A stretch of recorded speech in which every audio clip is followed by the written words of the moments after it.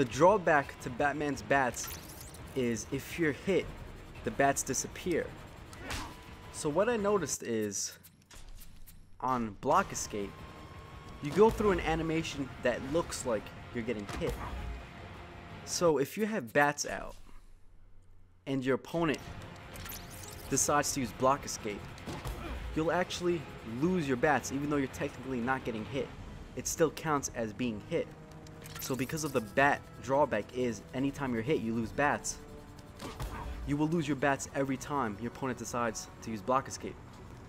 So this now nullifies the option of coming in and abusing your opponent to no end when you have bats.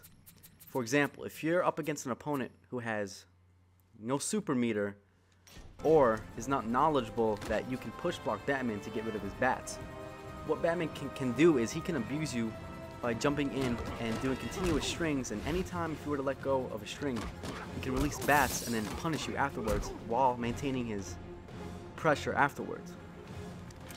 So using Block Escape in that scenario will actually eliminate all of that offense, because anytime Batman decides to use his pressure with bats on, if he decides to jump in or anything, you can push block him and his bats will disappear all the time.